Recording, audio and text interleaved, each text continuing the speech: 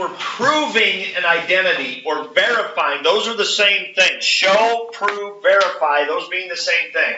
Show the identity is true, verify the identity, prove the identity, all are the same thing.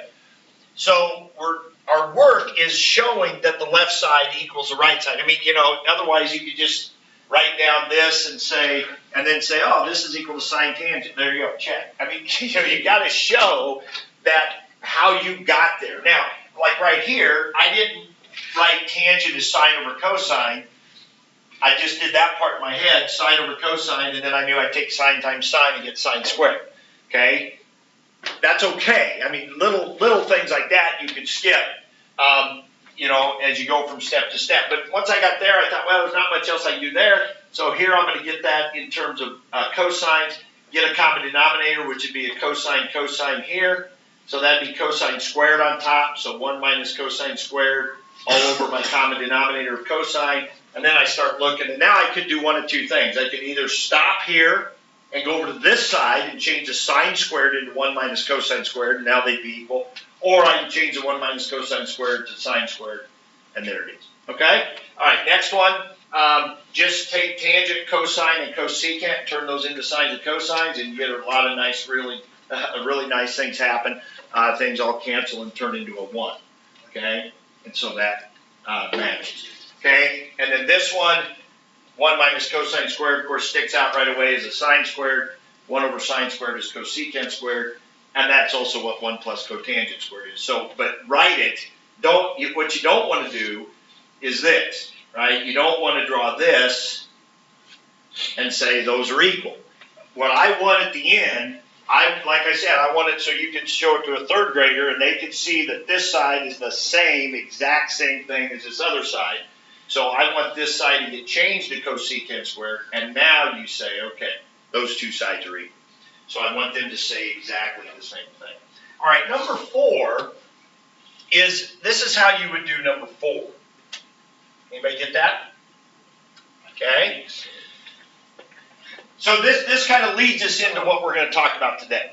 Okay, so I write this out, and I do some identity work. So what we didn't do before, when we were talking about the unit circle and those kind of things, is we didn't use any of those identities. We were just finding different trig values of triangles in the unit circle and so forth.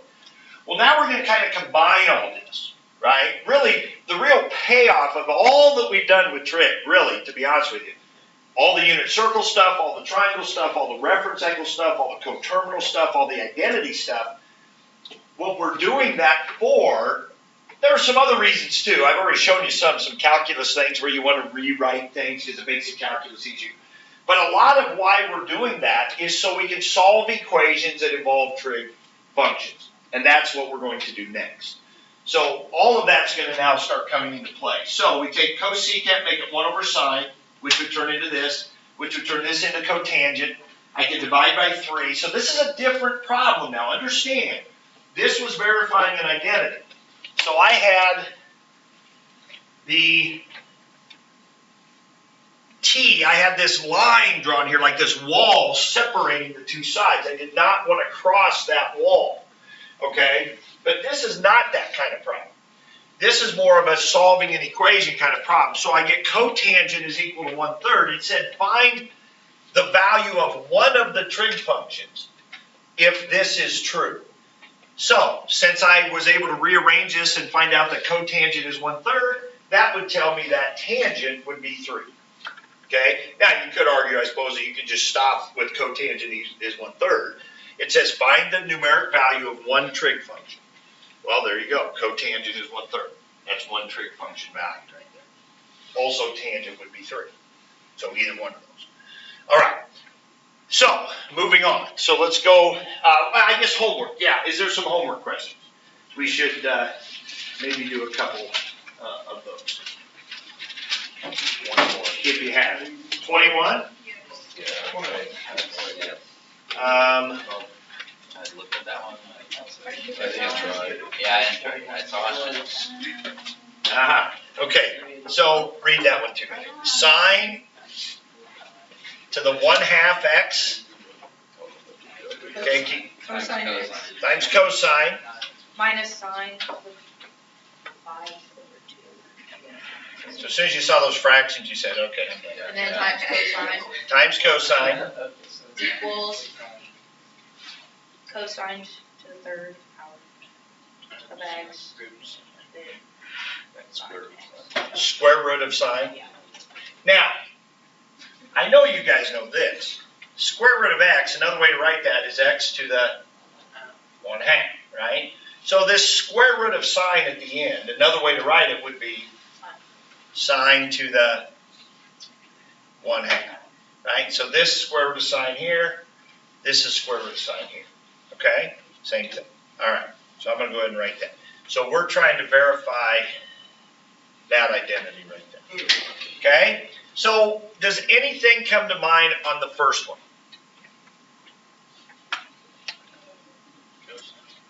Factor out a cosine. Okay, now it also turns out that we can factor out something else. Okay, but I don't know, I'm guessing you probably didn't do this very much in Algebra 2, if at all. But I do know it's something that you have to do in calculus. It's something that I've talked about, that I always talk about with my calc class, and we have to do this.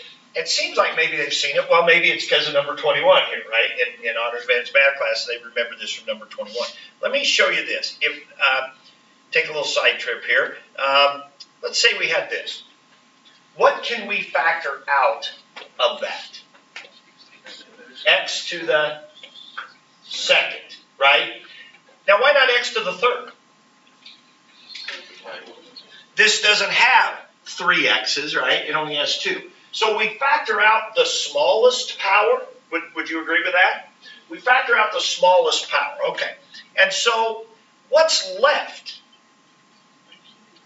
Now, how did you get x to the third?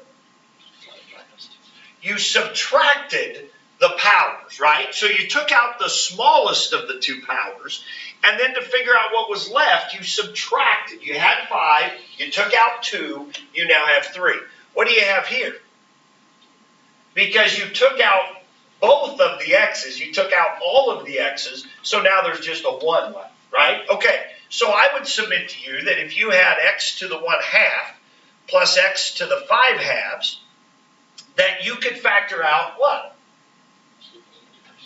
The smallest one, which is x to the 1/2, and you'd be left with what? If you factored out x to the 1/2? 1.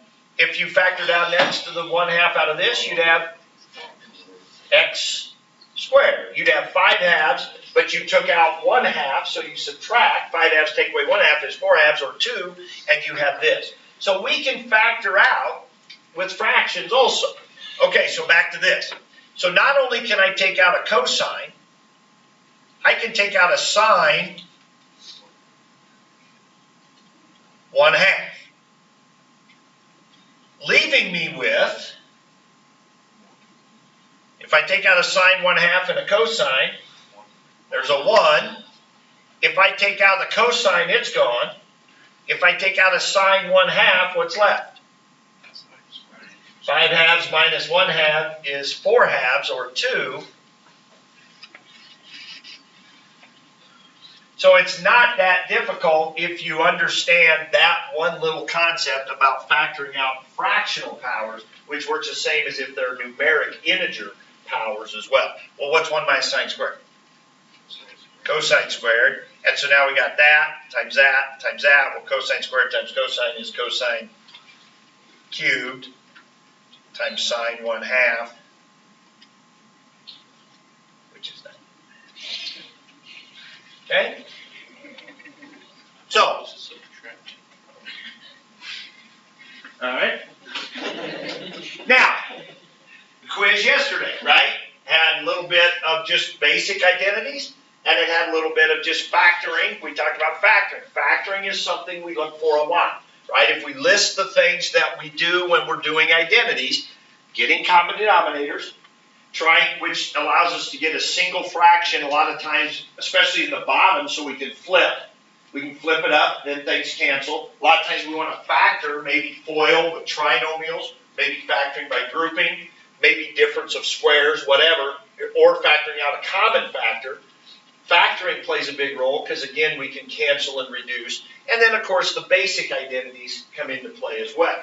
Okay? Those are the main strategies that we use. Now, those are all going to be strategies we're going to use in the next thing we're going to do. And that's this solving of trig equations. Okay? All right, any others? 42. Yeah, 42. 42.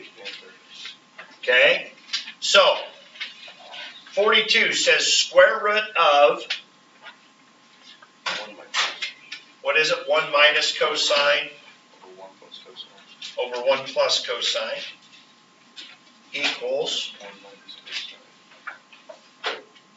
over absolute value of sine. 1 minus cosine over absolute value of sine. So we see all this stuff, and we're thinking absolute value. What's that got to do with anything? We're just looking at a couple of homework problems here. So what about this square root business here? Well, one of the things, well, there's a couple things we could do. But I notice the right side doesn't have a square root. Okay? So the nice thing to get rid of a square root is if you had something squared inside of it. Right? If you had something squared inside of a square root, wouldn't those cancel out?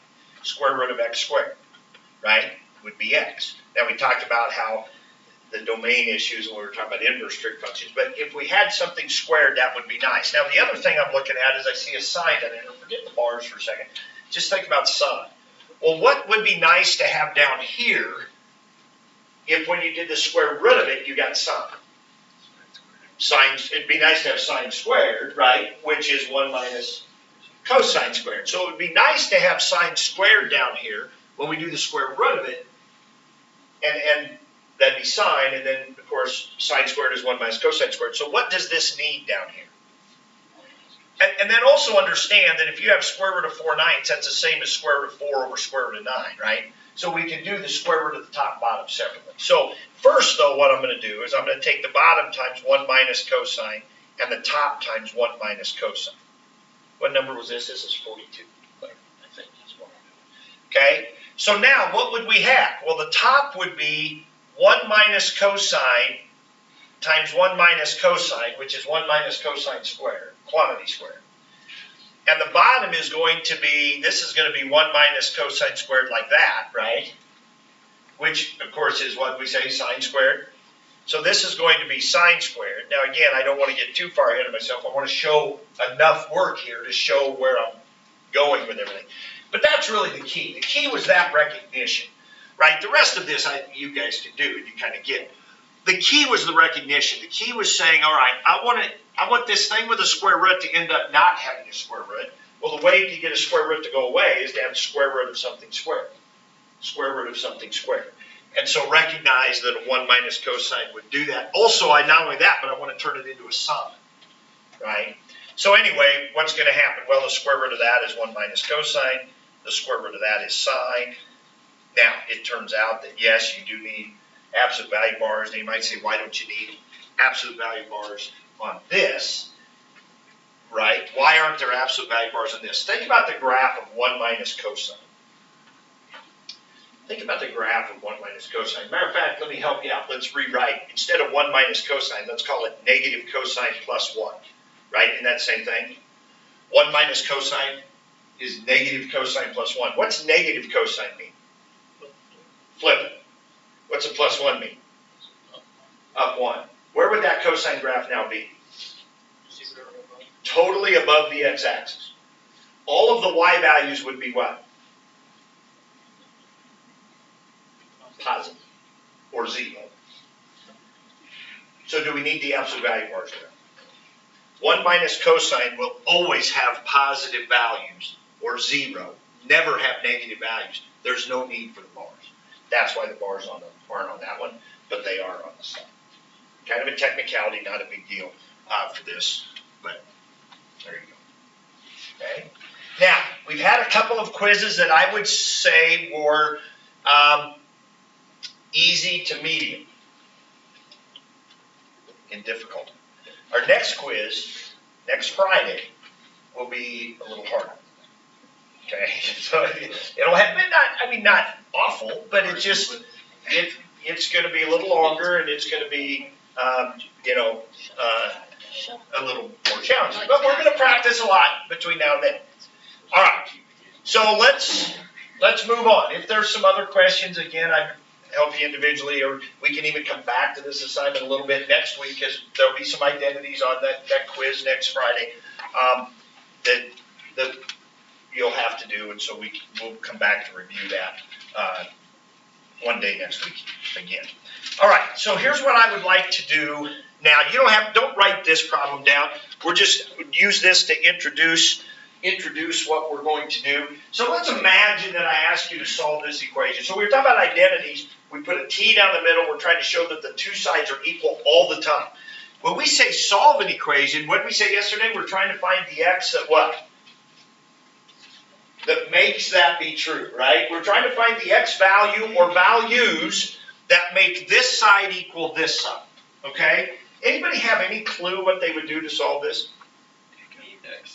Take out some x's. Wait, is this like one where you can move them to the other side? I would say, now this is a strategy that's going to become very, like I said, in calculus we do this all the time, is we take everything and move it over to one side and get 0 on the other side, right? That is often a very good strategy to employ. Not always, but often is a good strategy. So that's one of the strategies I'm going to have you do. And yeah, then we can take out some x's maybe. Now it turns out this has so many x's in it that it, is going to be one that there really is no good algebraic way to solve. Okay? So one way you can solve an equation that doesn't easily have an algebraic way to solve, like maybe the quadratic formula or maybe factoring or something like that, is by graphing, especially now that we have the technology tools that we have. So what I've done is I've looked at this problem with Desmos, and I have graphed the left side in red, and I graphed the right side in blue. Now, what parts of that graph would we be interested in? Where they touch, where they intersect, where they overlap. Because I want to know where the red is equal to the blue. Now, I want to know the x value. I don't care about the y value. I want to know the x value where they overlap. Well, it looks like they overlap right there, which is at -4. I'll bet if I put a negative, well, what does that mean? It means if I put a -4 into the red one, I get -512. And if I put a -4 into the blue one, I also get -512. So therefore they are equal. So -4 would be a solution. Right here, now this is actually the max value of this graph. This is where they cross right there. -1 is another solution. Okay, right here is another solution. 0. And right here is another solution. 1.5. There were 4 solutions. Now, how do I know that there's not more? How do I know that these graphs don't come back down and do some weird things like that? Well, a couple of reasons. Because I know about cubics, the blue graph. I know cubics go up and then down and then up, and they don't come back down again. Okay, so I know that's going to keep going. I know fifth degree can do that 4 times. So I know a fifth could go up, down, and up again. Okay, and it's not going to go anymore. I also know that fifth degrees are going to grow faster because a fifth power is going to get bigger and bigger and bigger, faster than a third power is going to. So I know this red graph is going to keep going up, steeper than the blue. They're never going to cross again. And the same thing happens down here. But anyway, there's my 4 answers. Okay, so we'll just trust that those are right. Now another thing to do is to do what Caleb suggested, and that would be to move everything over to one side. And that would be this. Now let's graph that and see where it equals 0, which would be where on the graph? The x-axis, right? We want to see what x's would make all the y's equal 0. So I've done that as well, okay? And I've graphed it. And let's find those points. There's one right there, which was -4. There's one right there, which we said was -1. This one is not one. That's the minimum. Here's one right here, and here's one right here. Sure enough, -4, -1, 0, and 1.5. Okay? Those are my x values where that equals 0. So graphically, we can do some things to solve an equation. And let's pull up this one, which we'll do here in a minute. Also, I went ahead and on my graphing calculators that we use in calculus, I had it factor this, that big fifth degree equation I just had up there. Turns out there's no good algebraic way for us to have done it. We might have been able to do some factoring by grouping, maybe, possibly. It factors into this. Well, sure enough, where does that equal 0? Well, it's 0, -4, -1, and 1.5, which you just saw. So I want you, from that, I just want you to see that solving an equation can be done with algebraic methods. It can also be done with graphical methods. Now, we're going to mostly do algebraic methods, okay? But it doesn't hurt, since we know the sine and cosine graphs and all those trig graphs, to think of the graphic methods as well.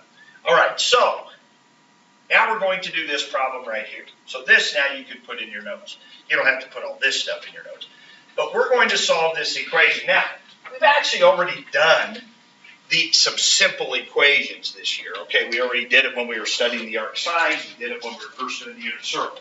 So we're going to spend today mostly just reviewing and practicing the unit circle, okay, and those values and how to find them. And I'm going to introduce one other new kind of twist to it that we've kind of talked about already, but now we're going to get more specific with it. And we're going to practice that because that's really the fundamental part of solving these equations. So we're not going to bring in a lot of the identities and that stuff yet. Next week we'll do that and put it all together. So how do we solve this equation? So again, what I really want to make sure you understand is when I ask that question, I'm saying to you, what are the x values that make this equation be true? Tell me. X equals what? Pi 6. 5 pi 6. Not 13, no 6. 13 pi 6? Wouldn't it? 17 pi 6?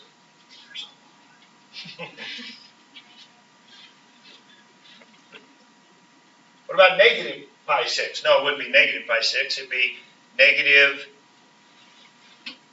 7 pi 6. Wouldn't negative 7 pi 6 do it? Wouldn't negative 11 pi 6 do it? There's an infinite number of x's that are going to make this be true. Now, we have a lot of different ways to see that, okay? Excuse me. You could just know the unit circle. Sine is the y. Where does sine equal 1/2? Well, right there. Pi 6. Right there. 5 pi 6. Coterminal. Go around again. 13 pi 6. Go around again. 25 pi 6. Go around again. 37 pi 6, right? Every 2 pi or every 12 pi 6, we're going to get a new one. Now we could go around forever and ever. We can go backwards and get negatives.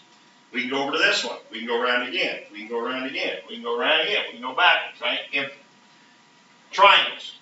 We could draw triangles, right? Some of you will probably do this when you solve these problems. Instead of the unit circle, you say, where does sine equal 1/2? It should come over here in quadrant 1, sine's positive, and you'll come over here to quadrant 2, which is also where sine is positive.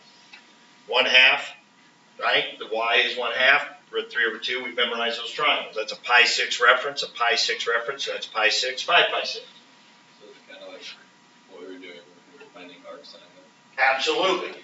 Now, I usually, and I'll show you somewhere we're going to do it, clear back to when you first solved equations.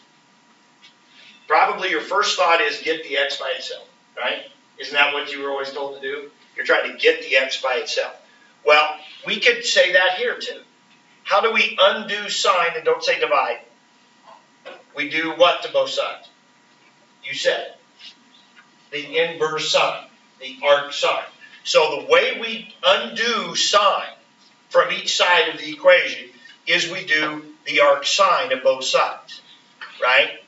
Now, I'm not going to make a big deal about that because we learned when we do arc sine that that's limited, right? If you type into your calculator inverse sine of 1/2, you're only going to get one answer, 30 degrees, pi 6. Then you have to think of all the other ones. So even when we use our calculators The calculator is only going to give us one answer. We've still got to know which quadrant the others are in, and we've got to think about all the other possibilities. Okay? Even when we use our calculator. A lot of this is going to be no calculator, but there will be a calculator piece.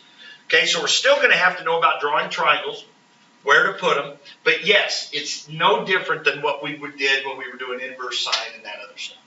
And when we first learned the unit circle, I gave you some problems like this, right? Just some simple ones. Okay? All right. So, how do I want you to, I was going to show you graphically. So I wanted to make the point on this graphically. So we go back to Desmos, and here I have sine x, and I have 1/2. The answer to sine x equals 1/2 should be where these two graphs cross. Well, right there, which is negative 7 pi 6, right there, which is pi 6, right there, which is 5 pi 6, right there, which is 13 pi 6, right there, which is 17 pi 6, all those ones we were writing down. Okay, so we can think of this graphically, and now we can definitely see why there'd be an infinite number of when sine equals 1/2. That is why I think where graphically where that really comes in handy is when I ask you this. Solve that equation. What is it? Well, since we're saying solve, the best answer is no solution. Okay, now this is kind of a technicality, but you guys are honor students, so that's okay. If I ask you for arc sine of 2, the answer is what you said, undefined. What's arc sine of 2? Undefined. That has no value. Solve the equation sine x equals 2, no solution, right? Technicality, but use the right language. And I think and I'll be honest, even with all I have done for years and years with unit circle and all that stuff, if I see this, the first thought that comes to mind is a sine graph. And I look at that and I think, that's asking me where does sine equal 2? Well, the sine graph's never going to equal 2. It only goes up to 1 and negative 1. So the sine graph will never equal 2.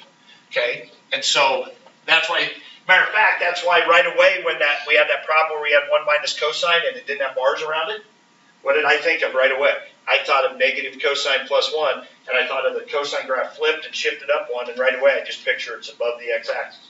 It's always positive, right? So knowing those graphs can come in handy in a lot of different ways. Okay? So this is no solution. Okay? No solution, because the sine graph never would equal 2. Okay? But you can think of the unit, you can think of triangles, you can think of the unit circle also. Yes? Will we ever get any weird ones where it's like 2 sine x equals 2? Right. We will get into, so we may do some after lunch, we'll see, probably not. But next week, for sure, we're going to get into a whole mess of, sines and cosines, and that's where the identities will come in and all that stuff. Okay? So our job right now, so what will happen, okay, so since you said that, so we will have problems like this. Cosine squared x minus 4 cosine x plus root 3 equals cosecant squared x. Solve for x. Okay? Now, what your job will be is using identities. Now, I just made that up, so that probably doesn't work. I can't do it. But whatever. They'll look like that. They'll look like that, and your job will be to get it down to tangent x equals negative 1 or whatever. You'll use your identities, you'll move stuff back and forth across the equal sign, you'll factor, you'll cancel, whatever, to get down to a trig function equals a number, and then you will solve it with your unit circle. So what I want to do for today is to make sure we're automatic with this part. Once we have this, we can get the answer written, then we'll worry about all this, right? But if we do all of this and get to here and then don't know what to do, it didn't do as much good anyway, right? So we're going to work on this last part right now. Okay, so you guys, back to this other one. Okay, back to sine x equals 1/2. Okay, so there's 2 ways we can do this problem. So here's what I want you to write down in your notes. Okay, 2 different possibilities. One possibility is the problem says find solutions where x is between 0 and 2 pi. Not including the 2 pi because that's the same as 0. Your answer is going to be what? Pi 6? 5 pi 6. Now, I know Mrs. Andreessen would have you do, the set notation, all that stuff, and I probably should too, but you did it then, and you did good, so now we yay. Okay, so we're going to say x equals pi 6 and 5 pi 6, because that's it. And now, I don't mind a quick little graph of that. Whatever the case may be, you don't have to have that. If you can just get that in your head, that's fine, but that would be, again, because we would have those two quadrants. Okay, the other way of doing it, and it just depends on what your directions are, would be to write all the solutions. Now, obviously, you can't write an infinite number of solutions, so here's how we're going to do it. Okay, so here's one solution right here, pi 6, right? Now, and I have talked about this before. We can write all the solutions for this with one quick little expression. Pi 6 plus 2 pi plus 2 pi plus 2 pi plus 2 pi or minus 2 pi minus 2 pi would take care of all the ones that would be this one here. And so we just write 2 pi n. Now, n is a member of the integers. I'm not going to make you write that every time. But what that means is n is a 1, a 2, a 3, a 4, a 0, a negative 1, a negative 2, a negative 3. And so this would be pi 6 plus 0, which would be pi 6 plus 1, 2 pi, pi 6 plus 2, 2 pi's, pi 6 plus 3, 2 pi's, you get it? And then it could be pi 6 minus 2 pi if n's a negative 1. So that takes care of all of the ones at pi 6. And then you have this one here, which is 5 pi 6, and so we write 5 pi 6 plus 2 pi n, and that would be your answer if it says find all the solutions. Okay, now tangent and cotangent are only going to be a period of pi, so they're going to repeat every pi. Okay, and there will be times where it won't always just be 2 pi n, but we'll get into those and we'll talk about those as well. So depending on the direction, those are what your answers are going to look like. So that's the part we're just going to practice and get comfortable with today. Okay? All right. So you guys try that one. Give both answers. Give both answers. 0 to 2 pi and then all solutions.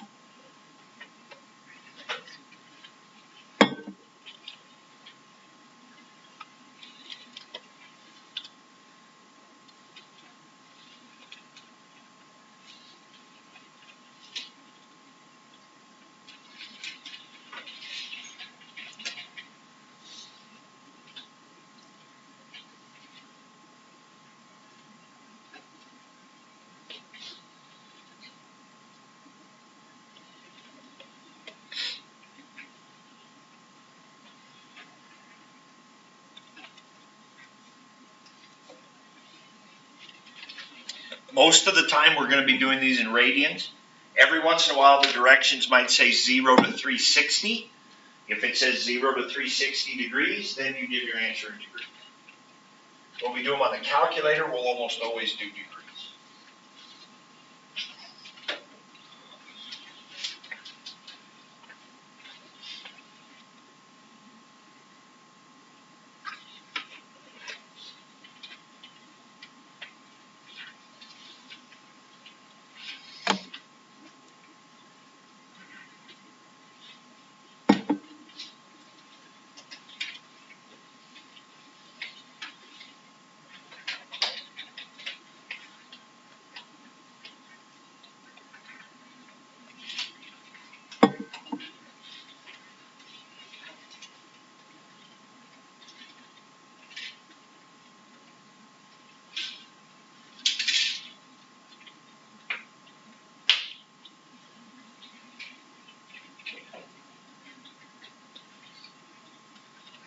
All right, what do you got for just the reference angle?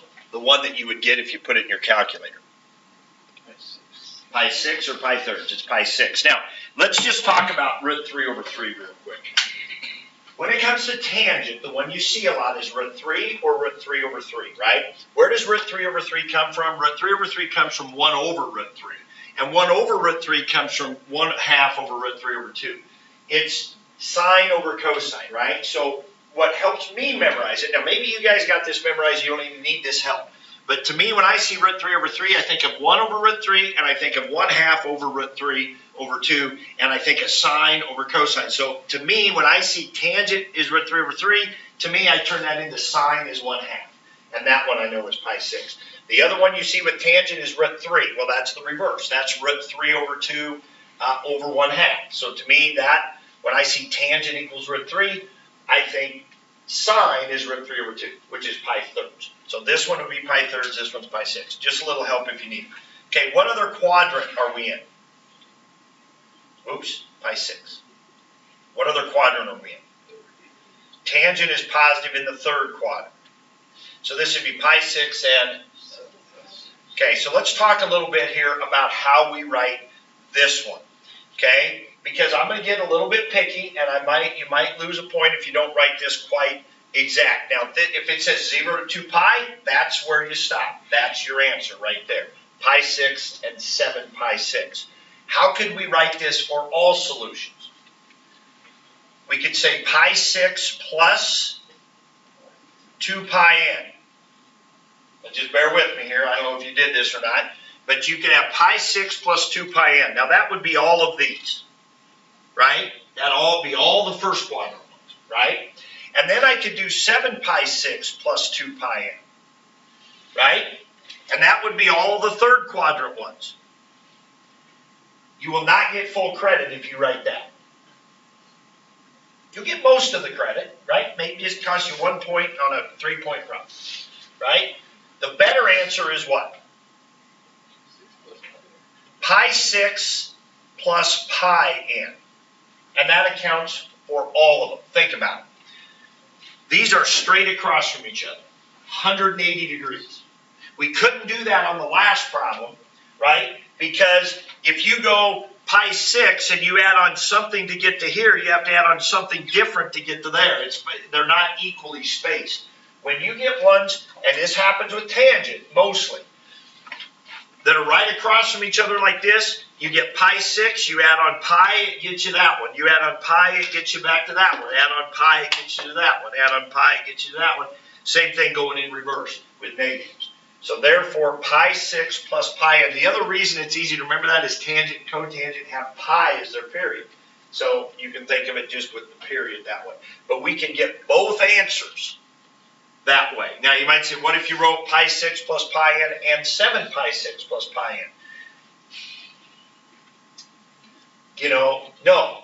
I want you to understand that that takes care of all of them. It's kind of like solving this problem, x minus 2 times x minus 2. I don't know. I'm probably not mean enough in algebra class. What if somebody wrote down the answer here was that? Is it wrong? Not really. It's not really wrong. And in algebra class, I probably wouldn't take away, right? But mostly we would just put x equals 2. That's kind of what you're doing if you wrote pi 6 plus pi n and 7 pi 6 plus pi n. You're writing the same thing down twice, okay? So let's don't do it.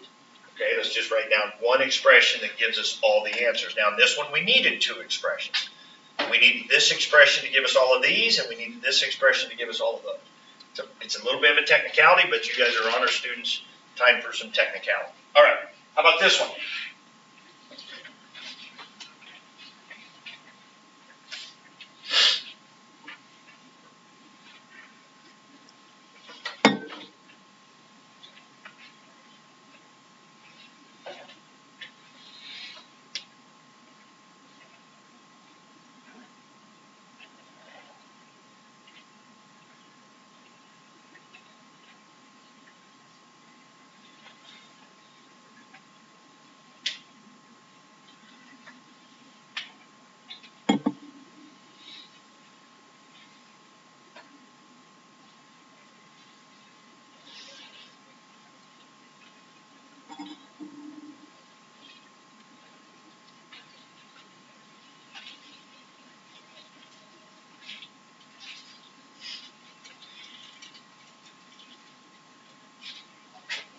What's the answer?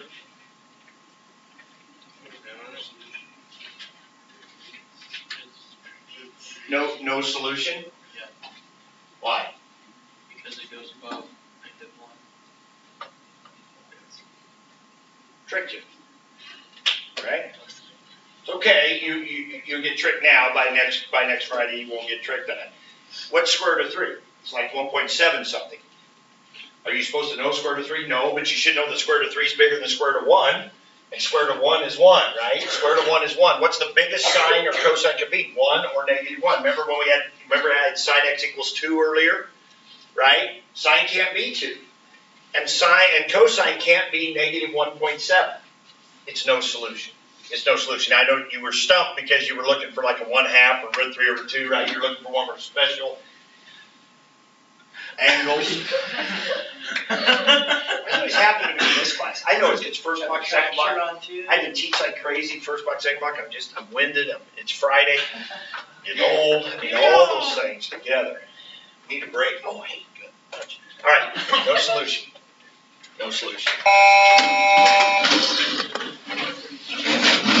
Is that bad? I get winded just by talking. I think I'm out of shape.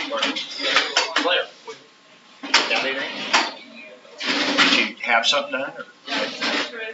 Just extra. And they read them and looked at them? Where was it?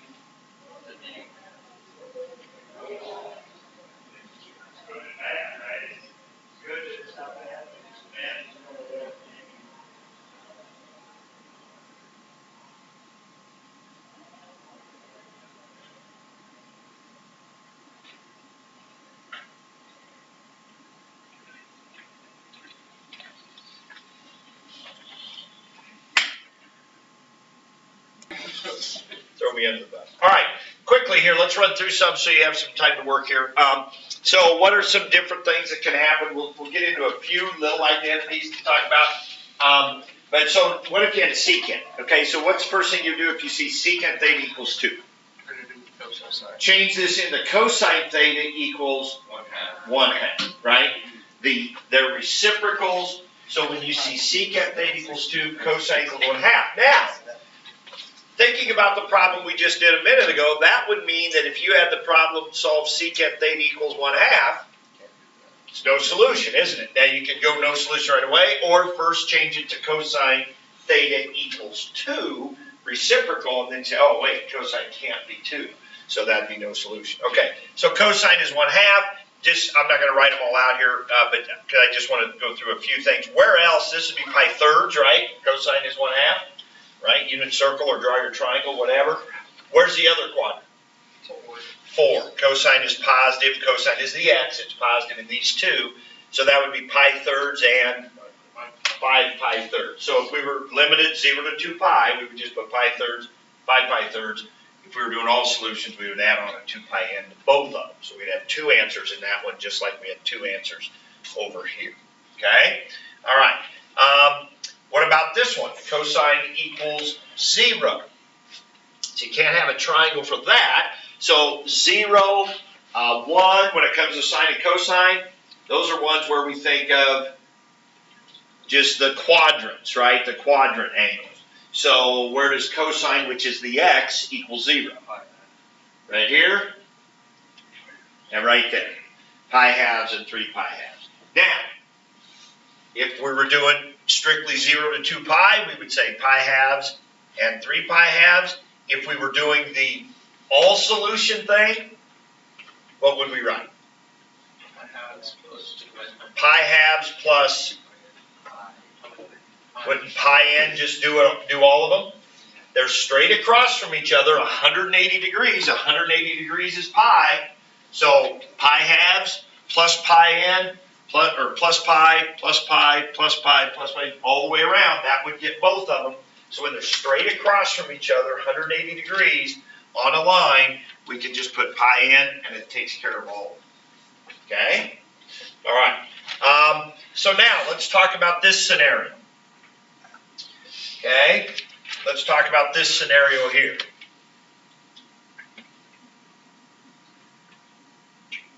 So what's different about this?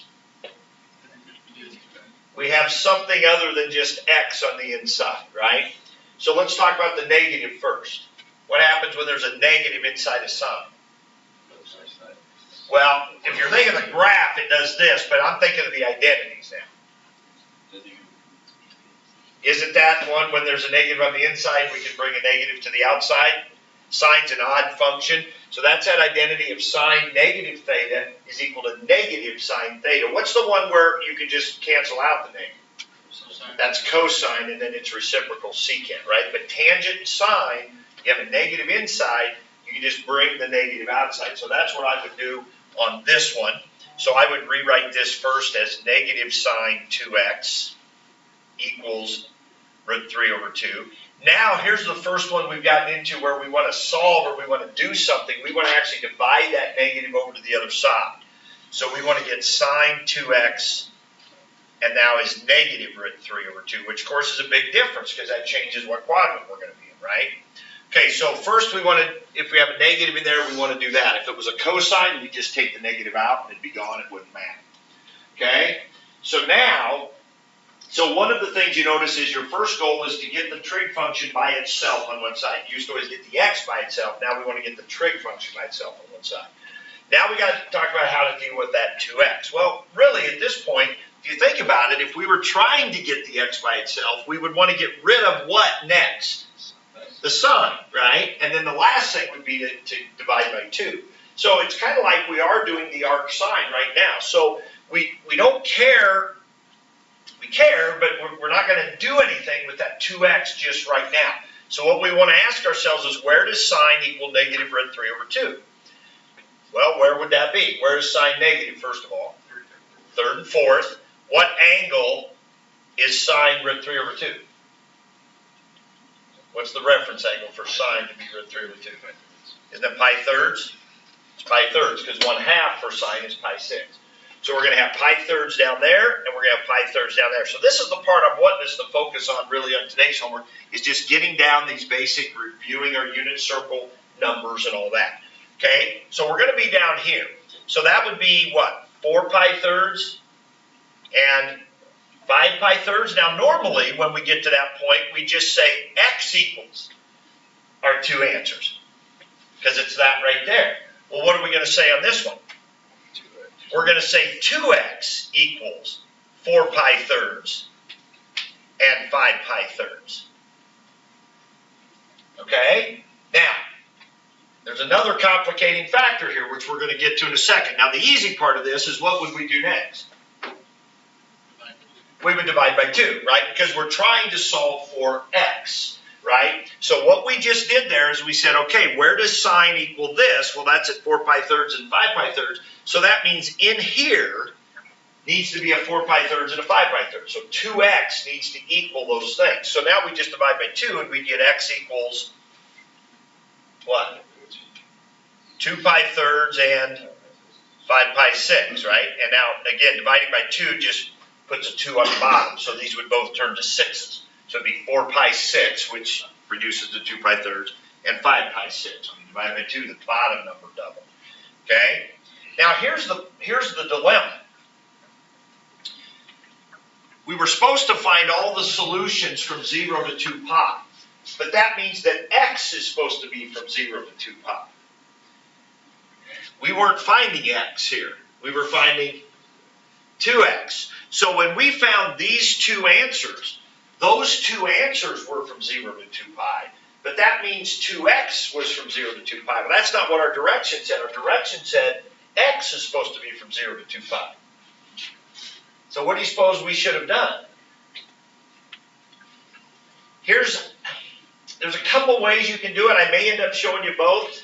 I'm going to go first with the one that makes the most sense to me, so hopefully it makes sense to you. If x is supposed to be between 0 and 2 pi, but I'm doing a problem with a 2x in here, then what I want to do is I want to change this so that there's a 2x in the middle of it.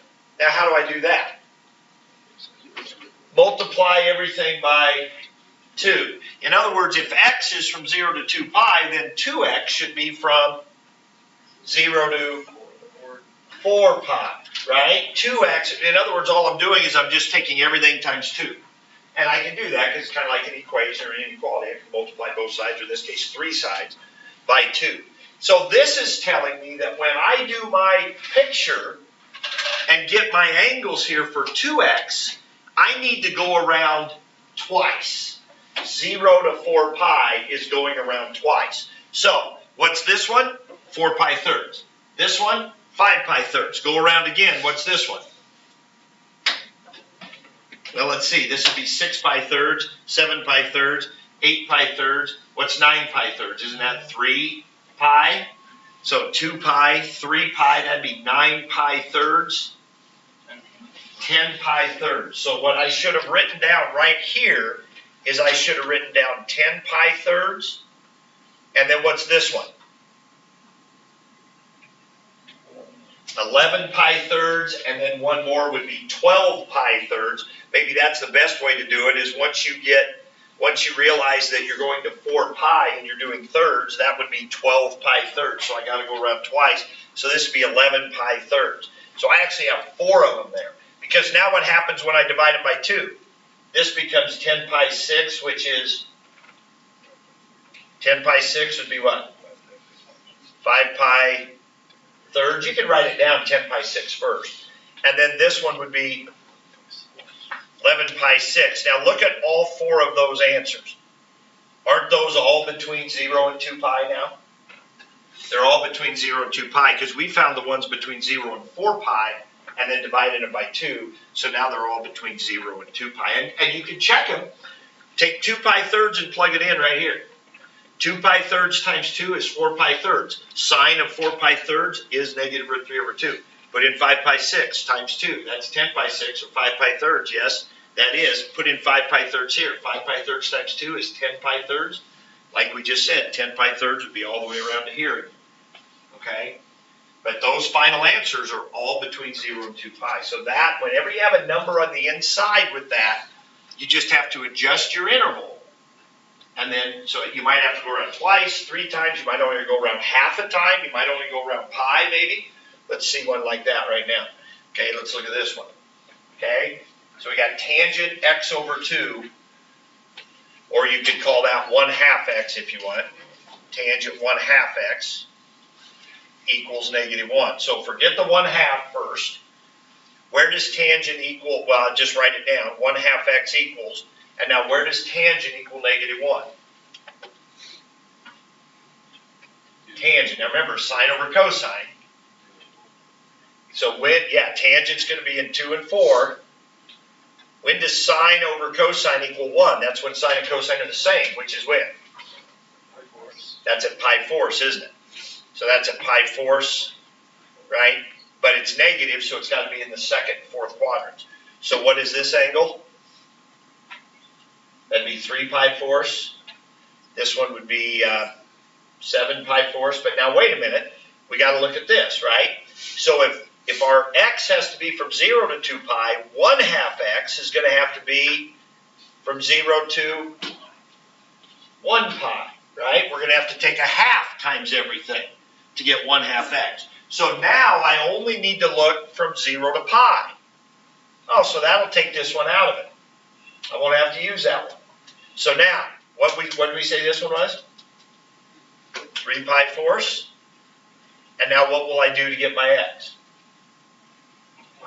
Multiply by 2, which gives me 6 pi fourths, which is 3 pi halves. See, because if we would have went with 7 pi fourths, which is this other one, when we times by 2, we got 14 pi fourths, which is 7 pi halves. 7 pi halves is not between 0 and 2 pi. It's bigger than that. And so that's why we just went from 0 to pi. We just found that one. So if there's a number on the inside, we have to make that adjustment. Okay? All right. And then finally get your calculators out. Make sure they're in degree mode.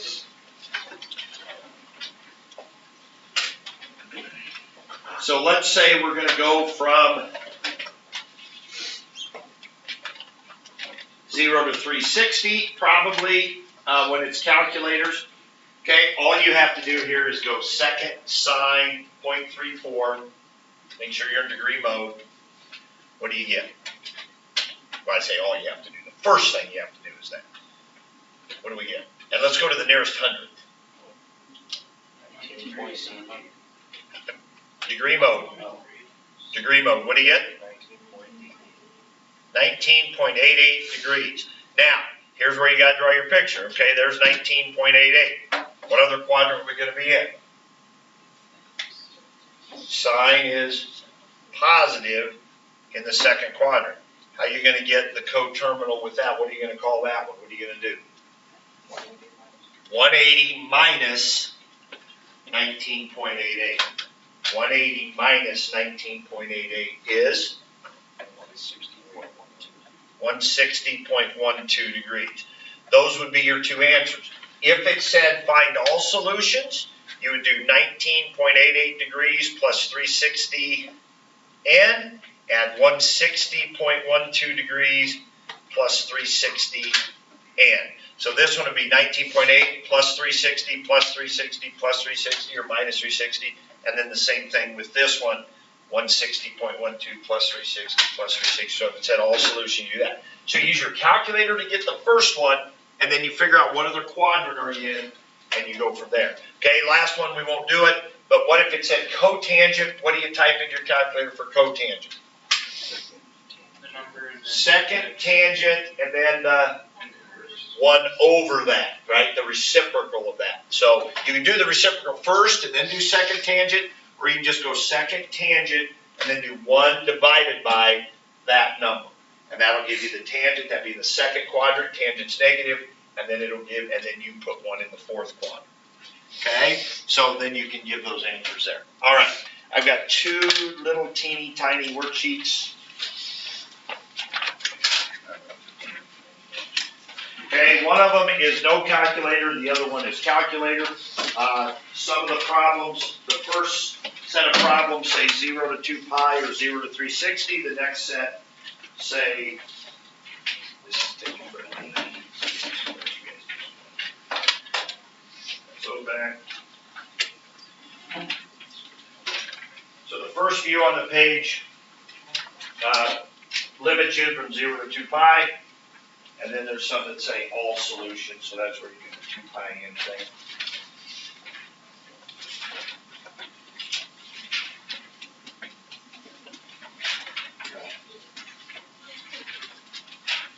Depending on how quick you are with your quadrants, you can probably get these done for the bill.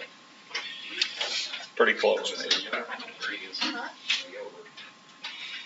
we work with the partner. Yeah, absolutely. Absolutely.